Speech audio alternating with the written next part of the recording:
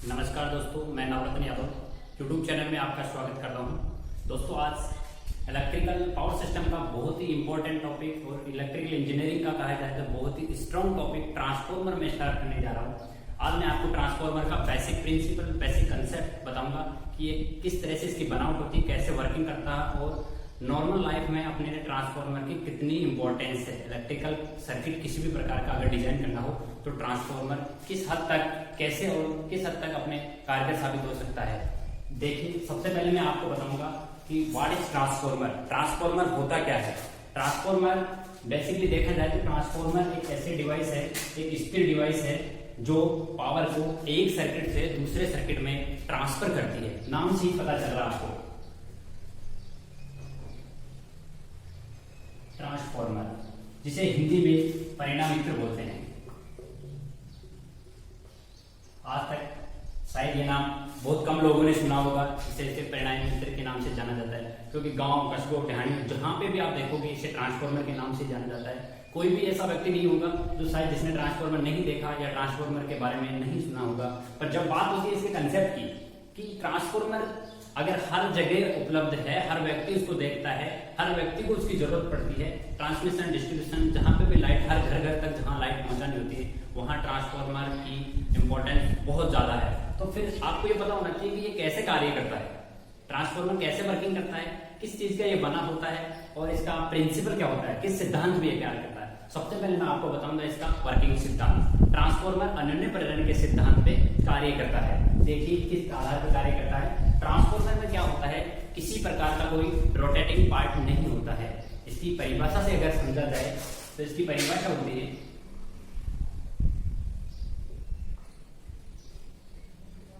Transformer एक स्थिर device होती है जो पावर को एक सर्किट से दूसरे सर्किट में ट्रांसफर करती है विदाउट फ्रीक्वेंसी चेंज, यानी आवर्ती में कोई परिवर्तन नहीं होता है। जो प्राइमरी साइड में आपके पास आवर्ती होती है वही आपका सेकेंडरी साइड में आपको आवर्ती मिलेगा। यानी जो आपका 50 हर्ट्ज इंडियन स्टैंडर्ड के अकॉर्डिंग जो अपनी आवर्ती होती है वो होती है 50 हर्ट्ज। 50 हर्ट्ज प्राइमरी साइड है तो सेकेंडरी साइड में भी आपको 50 हर्ट्ज मिलेगा।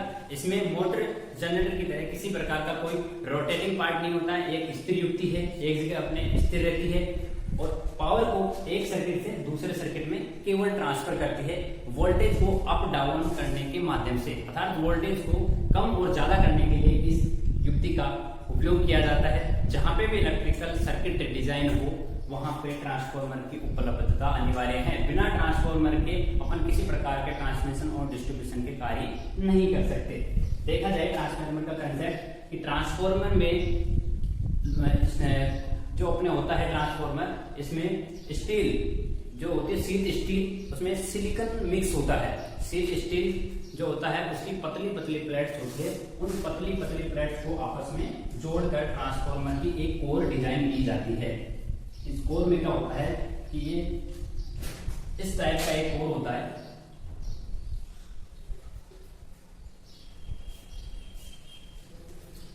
ये ट्रांसफॉर्मर का कोर होता है।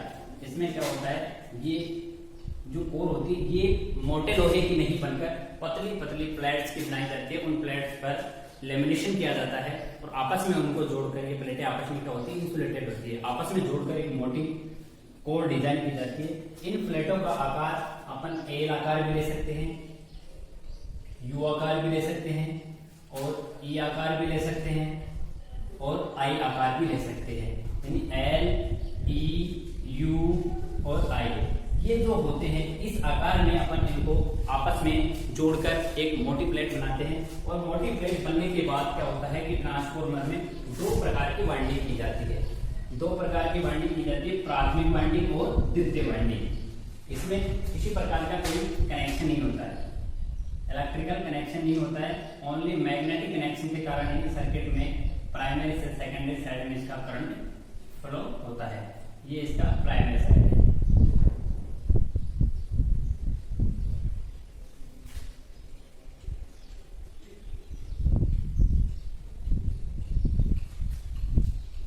इसमें फ्लक्स रोटेट होता है, इसका कोर है, इस माध्यम से इसमें फ्लक्स होता है। जब मैं इसको सप्लाई वोल्टेज से जोड़ता हूं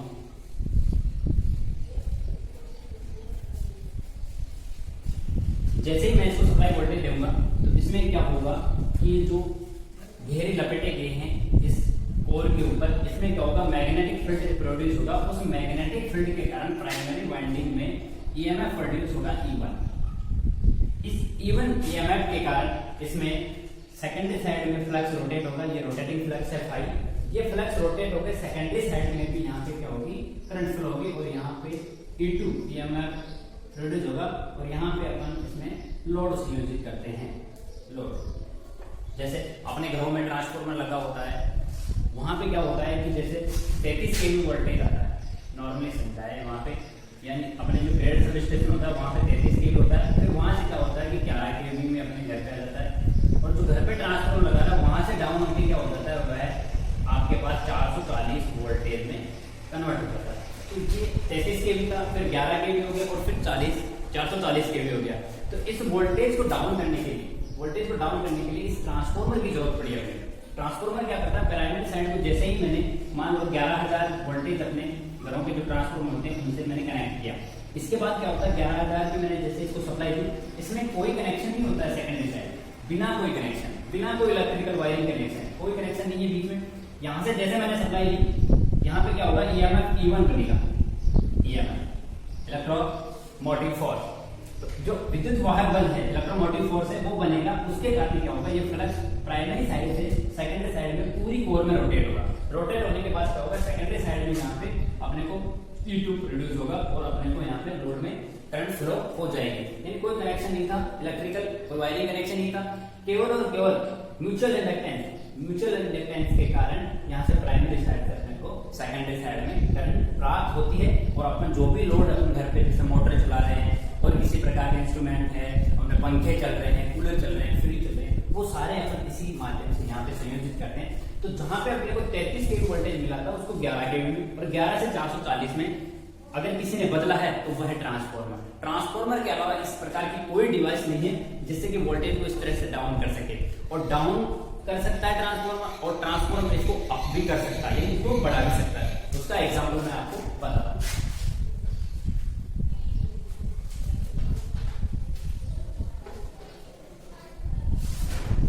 ट्रांसफार्मर मैंने बताया वोल्टेज को अप करता है और डाउन करता है, दोनों कार्य करता है। अप डाउन का मैंने बता दिया आपको कि जैसे 33 kV आपके पास वोल्टेज था उसको उसने 11 kV में कन्वर्ट। बेसिक प्रिंसिपल के बाद में अब मैं बात करता हूँ ट्रांसफार्मर कौन सी धारा पे कार्य करता है। सबसे पहले पता होना चाहिए आपको, क्योंकि दो तरह की अपने पास विद्युत धाराएं होती है, एक होती है AC करंट और एक होती है DC करंट, दो प्रकार की धाराएं होती है। तो ट्रांसफार्मर कौन सी धारा पे कार्य करता है, तो मैं आपको बताता हूँ कि ट्रांसफार्मर केवल AC धारा पे ही कार्य करता है, DC पे कार्य नहीं करता है। तो आपको पता होना चाहिए कि अभी तक जब भी आपने पढ़ा होगा कि ट्रांसफार्मर AC पे कार्य करता है, DC पे कार्य नहीं करता। पर आज मैं आपको बताऊंगा कि वो DC पे कार्य क्यों नहीं करता है, क्या रीजन है ऐसा कि ट्रांसफार्मर विशिष्ट धारा पे कार्य नहीं कर पाता है, वो केवल और केवल अल्टरनेटिंग करंट पे ही कार्य करता है। तो सबसे पहले में दो प्रकार की करंट है, एक होती है आपकी AC और दूसरी होती है आपकी DC।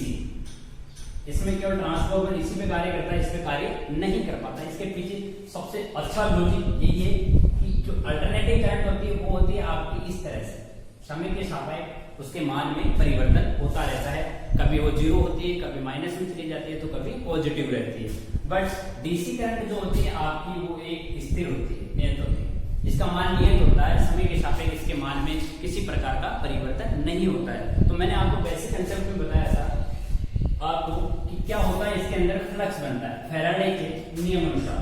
अपन देखते हैं कि फैराडे के नियम अनुसार जो EMF होता है आपका -N/d∅/dt, यहाँ पे फाई आपका है वो है आपका फ्लक्स और ये d/dt है, ये कर रही है समय की दर। यहाँ पे N है वो आपके नंबर ऑफ टर्न्स का मतलब घेरों की संख्या। जो आपकी कोर है उस कोर पे आपका जो कुंडलन किया गया है, जो कुंडलन आपका किया गया है, जो भी साइड हो आपकी प्राइमरी साइड हो या सेकेंडरी साइड हो, दोनों तरफ आपका EMF बनता है और दोनों तरफ जो कुंडलन किया जाता है उसमें क्या होता है कि मैग्नेटिक फील्ड प्रोड्यूस होता है।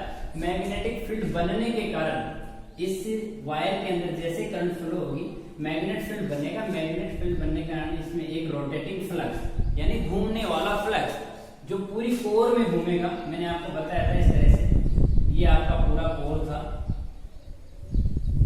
तो इस कोर में जो ये फ्लक्स रोटेट हो रहा है, ये रोटेटिंग फ्लक्स इस फैराडे के नियम अनुसार बनता है। तो इस नियम अनुसार अगर देखा जाए तो फ्लक्स बराबर -n d∅dt, अर्थात फ्लक्स में परिवर्तन की दर है वो ईएमएफ के समानुपाती है। अर्थात अगर फ्लक्स में परिवर्तन होगा तो फ्लक्स बने ईएमएफ बनेगा, अगर फ्लक्स में परिवर्तन ही नहीं हो रहा है तो आपका ईएमएफ नहीं बनेगा। अब आते हैं वापस अपन दोनों प्रकार की करंट पे, कि कैसे ये डीसी पे कार्य नहीं करता है, केवल एसी पे ही कार्य करता है। तो इन दोनों की वेवफॉर्म्स आप देख लीजिए, ये आपकी एसी करंट है, ये आपकी डीसी करंट है। यहाँ पे क्या हो रहा है कि इसका मान क्या हो रहा है, समय के साथ बदल रहा है, कुछ समय पॉजिटिव जा रहा है, कुछ नेगेटिव आ रहा है, कभी जीरो भी हो रहा है। तो आपका जो ईएमएफ है, मेन क्या है ट्रांसफार्मर में ईएमएफ, विद्युत वाहक बल जो है इलेक्ट्रोमोटिव फोर्स है, वो होता है -n d∅dt, यानी समय के आधार पे अगर फ्लक्स में परिवर्तन होगा तो ही आपका ईएमएफ बनेगा, और ईएमएफ नहीं बनेगा तो करंट होगी वो आपकी प्राइमरी साइड से सेकेंडरी साइड में नहीं पहुंच पाएगी। ये आपकी कोर थी, ये बेसिक डिजाइन बनाया था मैंने इस तरह से, प्राइमरी साइड ये फ्लक्स है, प्राइमरी साइड से उठ के सेकेंडरी साइड में पहुंचता है, ये आपकी प्राइमरी साइड, ये सेकेंडरी साइड। तो अगर इसमें फ्लक्स में परिवर्तन होगा तो ये फ्लक्स क्या होगा आपका इधर से प्राइमरी साइड से सेकेंडरी साइड में पहुंचेगा। तो इसमें से क्या होता है कि करंट में परिवर्तन हो रहा है, अगर करंट में परिवर्तन होगा तो फ्लक्स में भी परिवर्तन होगा। तो ये तो सिद्ध हो सकता है कि इसमें तो क्या हो रहा है, एसी के अंदर फ्लक्स में परिवर्तन हो रहा है और आपका ईएमएफ बन रहा है, तो प्राइमरी साइड की करंट सेकेंडरी साइड में पहुंच जाएगी। और यही होता है अपने कि जो अपने सप्लाई आ रही है उसमें ट्रांसफार्मर प्राइमरी साइड से संयोजित करते हैं 11,000 वोल्टेज को, और 440 वोल्टेज आपको सेकेंडरी साइड में मिलते हैं बिना कोई कनेक्शन, कोई इलेक्ट्रिकल कनेक्शन नहीं। बट डीसी में क्या होता है कि इसमें फ्लक्स में कोई, इसके करंट में कोई परिवर्तन नहीं है समय के साथ। अगर करंट में समय के साथ परिवर्तन नहीं होगा तो आपका फ्लक्स जीरो हो जाएगा। यदि आपका फ्लक्स जीरो होगा तो क्या होगा, ईएमएफ भी जीरो। अगर ईएमएफ जीरो है तो प्राइमरी साइड से सेकेंडरी साइड में आपका जो करंट होगा वो फ्लो ही नहीं होगा, क्योंकि आपका फ्लक्स जीरो हो गया। और फ्लक्स जीरो होने के कारण ये करंट यहाँ से केवल इसी वाइंडिंग में, प्राइमरी साइड की जो वाइंडिंग है उसी में घूमता रहेगा। कब, जब मैं डीसी से इसको जोड़ता हूं तो ये करंट आपका इसी में घूमता रहेगा। और इसका क्या होता है कि रेजिस्टेंस लो होता है, लो रेजिस्टेंस के कारण क्या होता है, थोड़ी देर इसके अंदर करंट घूमेगा और कुछ समय बाद ये वाइंडिंग गर्म होके जल जाएगी। अर्थात डीसी में क्या होता है कि डीसी में ट्रांसफार्मर कार्य नहीं करता है। अगर पूछा जाए क्यों नहीं करता है तो सिंपल सा मेथड है कि इसके करंट में परिवर्तन नहीं होता समय के साथ, तो फ्लक्स जीरो होगा, फ्लक्स जीरो तो ईएमएफ जीरो, और ईएमएफ जीरो होने के कारण प्राइमरी साइड से सेकेंडरी साइड में आपके करंट फ्लो नहीं हो पाएगी और कुछ समय बाद प्राइमरी साइड वाइंडिंग गर्म होके जल जाएगी। ये कंसेप्ट था आपका डीसी पे कार्य नहीं करने का, कि ट्रांसफार्मर केवल और केवल एसी पे ही कार्य करता है। अब मोस्ट और इम्पोर्टेंट जो आपका कंसेप्ट है ट्रांसफार्मर का, जिसके लिए इसको यूज किया जाता है इसका, वो है वोल्टेज को अप डाउन करना। यानी ये वोल्टेज को बढ़ाता भी है और वोल्टेज को कम भी करता है। तो इसका कंसेप्ट कैसे है, किस आधार पर बढ़ाता है, कब बढ़ाएगा और कब कम करेगा। देखिए ट्रांसफार्मर की अगर मैं कोर की डिजाइन को दोबारा से यहाँ लिखता हूँ, इस तरह की इसकी कोर होती है, पतली पतली प्लेट्स होती है, उन प्लेटों को आपस में जोड़कर एक मोटी कोर का डिजाइन किया जाता है। और उसमें ये इसके जो होते हैं, ये होते हैं योग लिम्स होते हैं। इन लिम्स पे क्या लीजिए तो इसका क्या होता है, योग होता है, ये लिम्स होती है 2 लिम्स। इनमें क्या होता है, जैसे यहाँ पे वाइंडिंग हो गई, ये इसकी होगी प्राइमरी वाइंडिंग, अर्थात प्राथमिक कुंडलन भी इसको हिंदी में बोला जाता है। सेकेंडरी तरफ ये हो गया, ये हो गया इसका सेकेंडरी साइड। ये इसका फ्लक्स है, रोटेटिंग फ्लक्स, जो पूरी कोर में घूमता रहेगा। कब, जब एसी सप्लाई दी जाएगी, डीसी में तो कार्य करेगा नहीं। फ्लक्स जो होगा आपका ईएमएफ बराबर क्या होगा, -n d∅dt, इसके आधार पर ये कार्य करेगा। जैसे मैंने इसको सप्लाई वोल्टेज दिया कितना, 11,000 वोल्टेज, ये इसका सप्लाई वोल्टेज है। जो अपने नॉर्मली घर के आसपास जो ट्रांसफार्मर लगा होता है उसी की बात कर रहा हूं कि 11,000 वोल्टेज दे रहा है। अब आप काउंट कीजिए इसमें जो घेरे हैं वो कितने हैं, 1 2 3 4 5, यानी N1 जो प्राइमरी साइड के घेरे हैं उनको N1 से दर्शाते हैं, ये 5 है। इधर के मैं घेरे काउंट करूंगा 1 2 3 4 5 6 7, यानी नंबर ऑफ घेरे कितने हैं यहाँ के, 1 2 3 4 5 6 7, यानी N2 का मान कितना हो जाएगा मेरा 7। अब जो वोल्टेज जो डिपेंड करता है, मैं 11,000 वोल्टेज दे रहा हूं, नंबर ऑफ टर्न्स मेरे कितने हैं 5। अब मैं अगर इधर की बात करता हूं तो नंबर ऑफ टर्न्स मेरे कितने हो गए 7, तो मेरा जो वोल्टेज था 11,000 वो यहां लगभग कितना हो जाएगा 15,000, क्योंकि जो वोल्टेज अप और डाउन करने का कार्य होता है वो इन नंबर ऑफ घेरों पे ही निर्भर करता है। जिस तरफ की वाइंडिंग के घेरे ज्यादा होंगे उस तरफ का वोल्टेज ज्यादा होगा। यदि मेरे को ट्रांसफार्मर का वोल्टेज बढ़ाना है, यानी मेरे को 11,000 है, चाहिए मेरे को 15,000, तो मैं उनके घेरे बढ़ा दूंगा। यदि मेरे को 11,000 दे रखा है, मेरे को वोल्टेज चाहिए कम, यानी 400 440 अपने घरों में आती है, तो इधर के जो नंबर घेरे हैं उधर 5 थे, तो इधर के क्या करने पड़ जाएंगे, आपको 3 घेरे ही देने होंगे। तो यहाँ से आपको आउटपुट वोल्टेज देना होगा। तो यहाँ के आपके जो लगभग है आपका 400 या 440 जो वोल्टेज होगा वो आपको प्राप्त हो जाएगा। यानी जिस तरफ के घेरे ज्यादा होंगे वाइंडिंग के, उसी का वोल्टेज ज्यादा होगा। इसी आधार पर ट्रांसफार्मर को 2 भागों में बांटा गया है, स्टेप अप ट्रांसफार्मर और स्टेप डाउन ट्रांसफार्मर। वो किस तरह से होता है एक बार देखिए आप।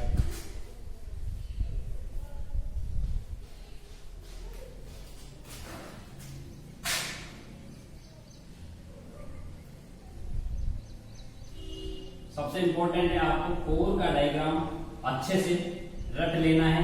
ये इसकी प्राइमरी साइड है, 1 2 3 4, यानी नंबर ऑफ N1 कितना हो गया, N1 बराबर 4। यहाँ पे सप्लाई जो भी आपका जितना वोल्टेज हो N1 4 है। यदि आपको 2 टाइप का ट्रांसफार्मर होता है, स्टेप अप और दूसरा होता है स्टेप डाउन। यदि आपको स्टेप अप करना अर्थात सेकेंडरी का वाइंडिंग, आपको जो सेकेंडरी वोल्टेज है वो बढ़ाना है, और स्टेप डाउन का मतलब यानी जो मेरे पास उपलब्ध है उसको कम करना है।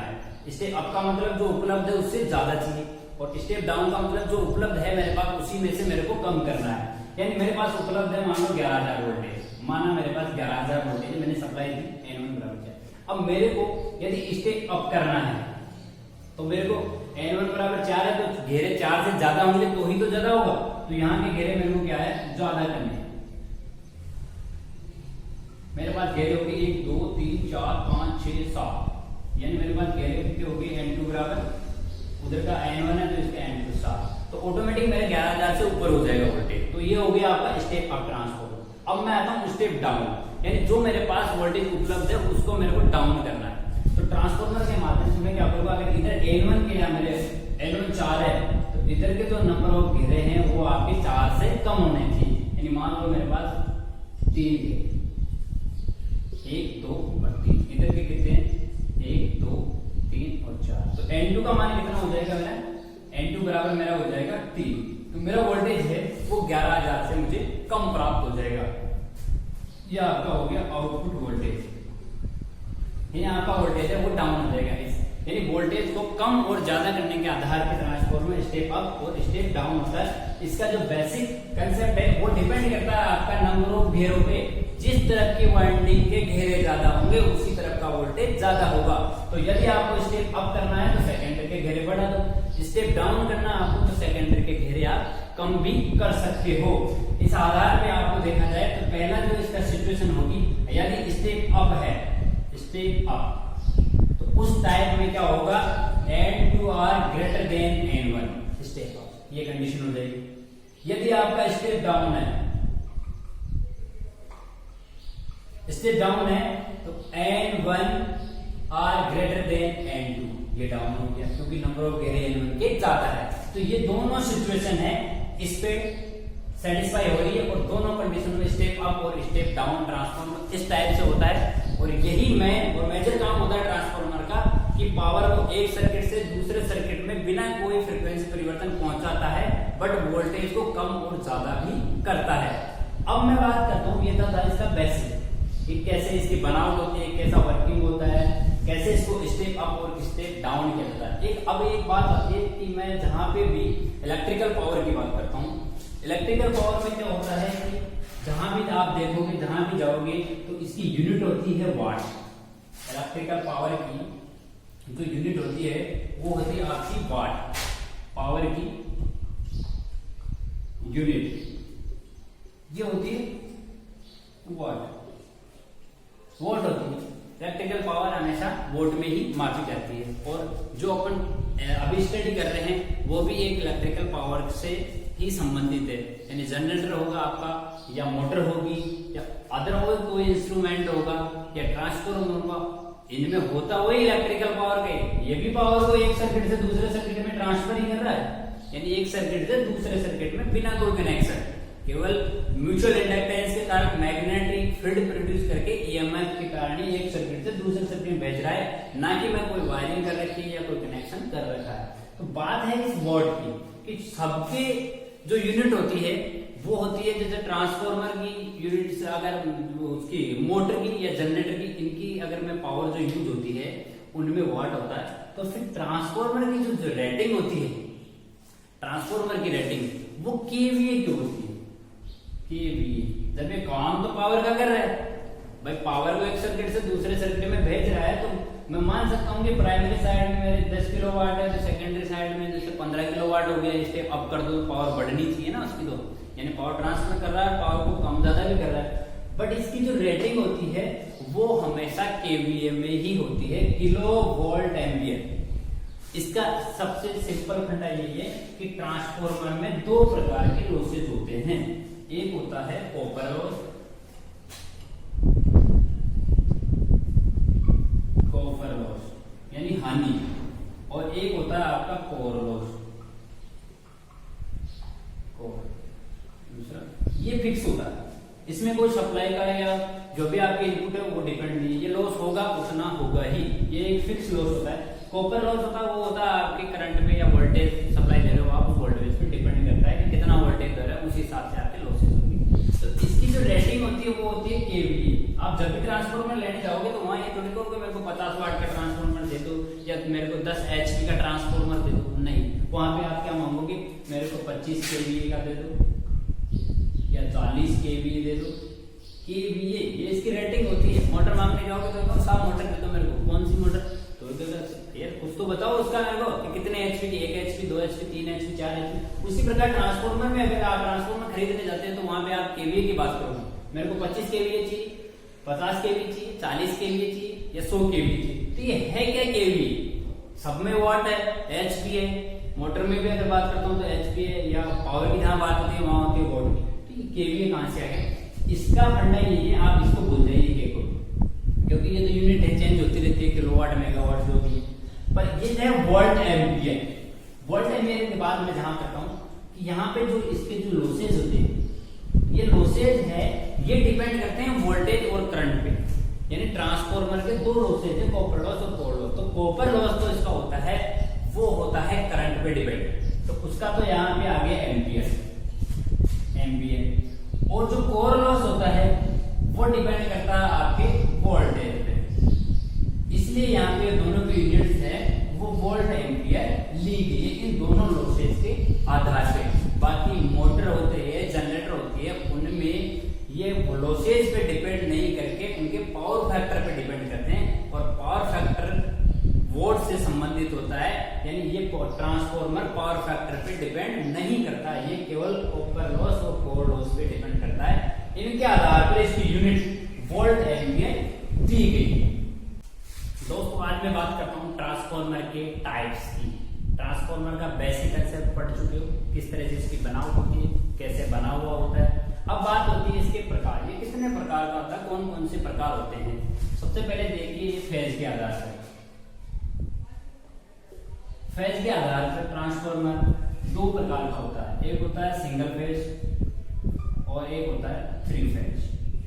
फिर दूसरा होता है सेल बनावट के आधार पर, यानी आपका जो होता है बनावट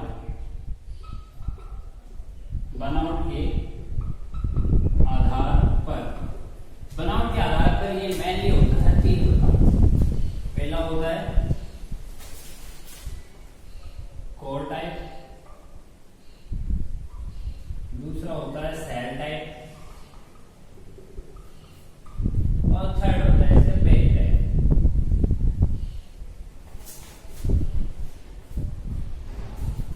इसके बाद मैं बात करता हूं वोल्टेज के आधार पर। वोल्टेज के आधार पर तीसरा है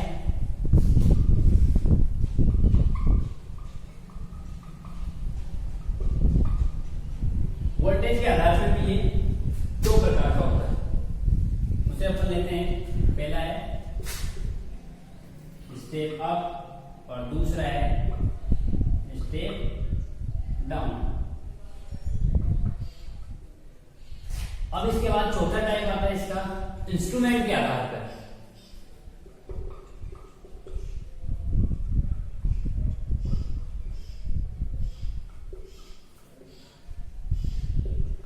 इंस्ट्रूमेंट के आधार पर मैं बात करता हूं तो ट्रांसफॉर्मर 3 प्रकार का होता है। पहला होता है इसका ऑटो ट्रांसफॉर्मर,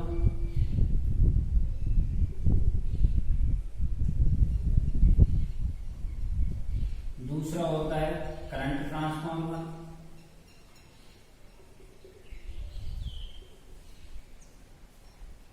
और तीसरा होता है पोटेंशियल ट्रांसफॉर्मर।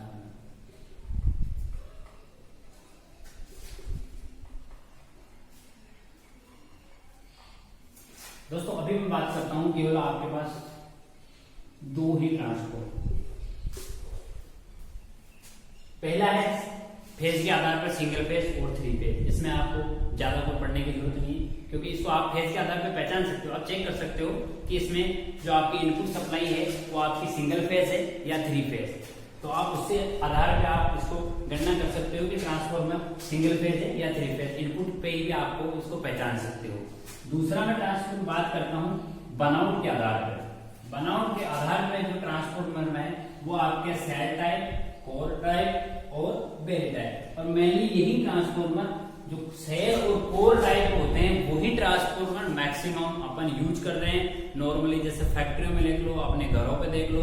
तो जो मैं बात करता हूँ जो घरों पे अपने ट्रांसफॉर्मर जैसे सिंगल फेज ट्रांसफॉर्मर यूज हो रहा है, 3 फेज ट्रांसफॉर्मर यूज हो रहा है, तो स्टूडेंट्स की क्यूरीज ये होगी कि सर जो हमारे ट्रांसफॉर्मर काम में लिए जा रहे हैं वो ट्रांसफॉर्मर कौन से टाइप के हैं। तो मैं उन्हीं की पहला जो ट्रांसफॉर्मर है बनावट के आधार पर वो होता है shell type. Shell type transformer मैं स्टार्टिंग से जो भी एग्जांपल लेके समझा दे रहा हूं वही ट्रांसफॉर्मर है आपका सेल टाइप ट्रांसफॉर्मर होता है। इसमें हल्का सा डिफरेंस यही है आपके कोर टाइप और सेल टाइप में, क्योंकि इसकी जो वाइंडिंग होती है, अगर मैं 3 फेज की बात करता हूं तो इसमें क्या होता है 3 लेंस होती है। सेल टाइप में क्या होता है इस टाइप का होता है।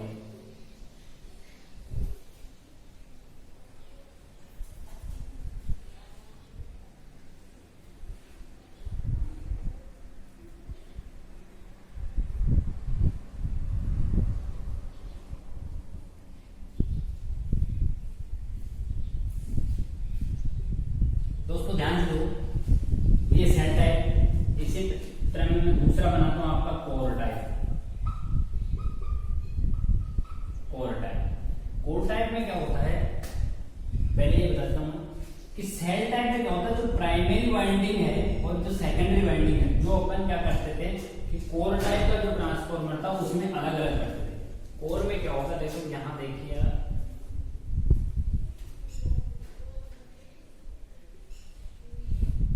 ये आपका कोर टाइप ट्रांसफॉर्मर। इसमें प्राइमरी साइड और सेकेंडरी साइड आपको अलग अलग नजर आएगी। ये आपका हो गया core type.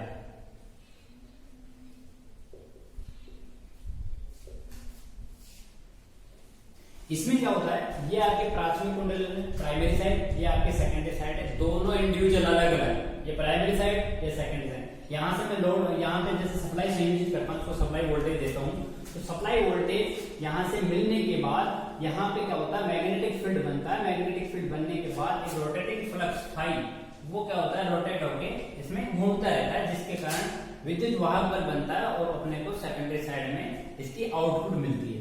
But cell type में क्या होता है कि जो प्राइमरी साइड और सेकेंडरी साइड होती है वो एक ही लिंब पे होती है। ये क्या है, इसका लिंब, ये इसकी लिंब, ये इसकी लिंब, ये इसका जो ऊपर वाला पार्ट होता है वो इसका होता है योग। एक ही लिंब पे प्राइमरी और सेकेंडरी साइड होती है। बात करता हूं मैं 3 फेज की, ये तो सिंगल फेज हो गया।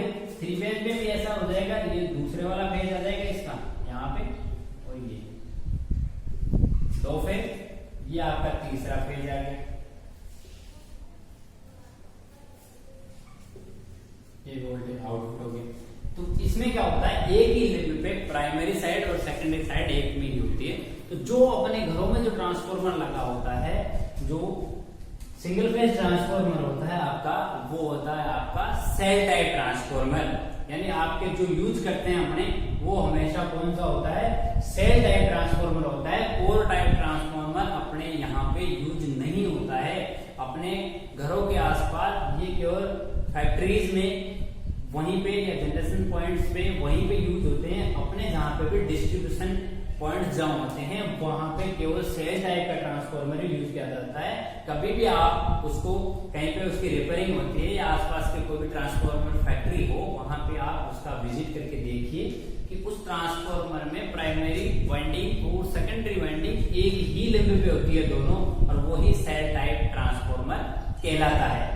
अब दोस्तों मैं आपको एक बहुत इंपॉर्टेंट बात आपको बता रहा हूं कि जब भी मैं किसी से मिला या कई स्टूडेंट्स मेरे से पूछते हैं कि सर जो हमारे घरों के आसपास जो ट्रांसफार्मर लगा हुआ है उसको सर ट्रांसफार्मर नहीं बोल के वो लोग उसको बोलते हैं डीपी। तो इसके पीछे क्या लॉजिक है, ये डीपी जो बोलते हैं उसको, तो सर उसका जो शॉर्ट नेम है ट्रांसफार्मर का वो भी डिपेंड नहीं है उस पर डीपी पे। ट्रांसफार्मर आपका है, उसको हिंदी में बोलते हैं परिणामी त्रिप। इसमें तो ये भी डिपेंड नहीं कर रहा है कि ये डीपी शब्द कहां से आ गया, डीपी यानी ट्रांसफार्मर को जहां पे भी देखा गांव में या कई स्टूडेंट ने पूछा कि सर इसको जो होता है अपने ट्रांसफार्मर जो घरों के आसपास लगे हुए होते हैं, 3 फेज ट्रांसफार्मर है या सिंगल फेज ट्रांसफार्मर, उसको ट्रांसफार्मर नहीं बोल के उसको डीपी बोला जाता है। तो देखिए दोस्तों, इसमें डीपी बोलने के पीछे कोई ट्रांसफार्मर का शॉर्ट नेम नहीं है या इसका कोई अलग लॉजिक नहीं है।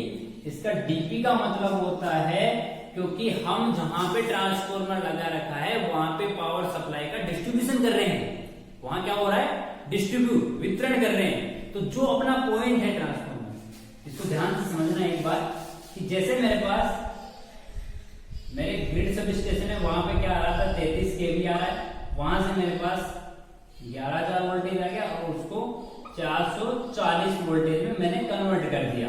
और यहां आने के बाद मेरे पास कंज्यूमर्स के पास जा रहा है, ये मेरा होम 1, होम 2,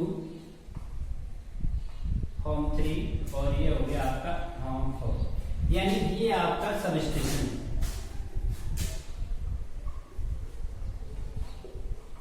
सब स्टेशन ये आपका क्या हो गया, ये इसमें इनपुट आ रही है यहां से, ये यहां से कितनी आ रही, ये इसको स्टेप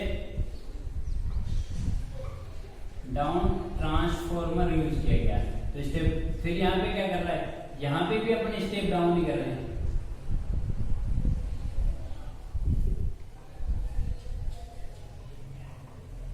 यहां पे भी स्टेप डाउन ट्रांसफार्मर लगा दिए, यहां पे भी 2 ट्रांसफार्मर आपके यूज हो रहे हैं।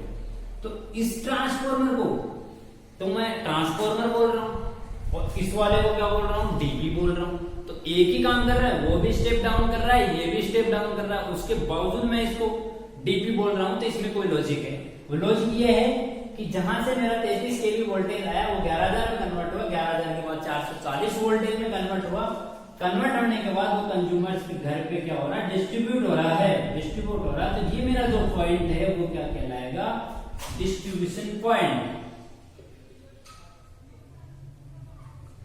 Distribution point. तो इसे शॉर्ट में मैं क्या बोलूंगा, डीपी। यानी यहां से ये वितरण पॉइंट है मेरा, ये डिस्ट्रीब्यूशन पॉइंट है, इसलिए इस पॉइंट को मैं डिस्ट्रीब्यूशन पॉइंट नहीं बोलकर उसको मैं डीपी भी बोल सकता हूं। तो ट्रांसफार्मर का शॉर्ट नेम नहीं है डीपी, ये है आपका डिस्ट्रीब्यूशन पॉइंट जहां से आपके सप्लाई वितरण हो रहा है।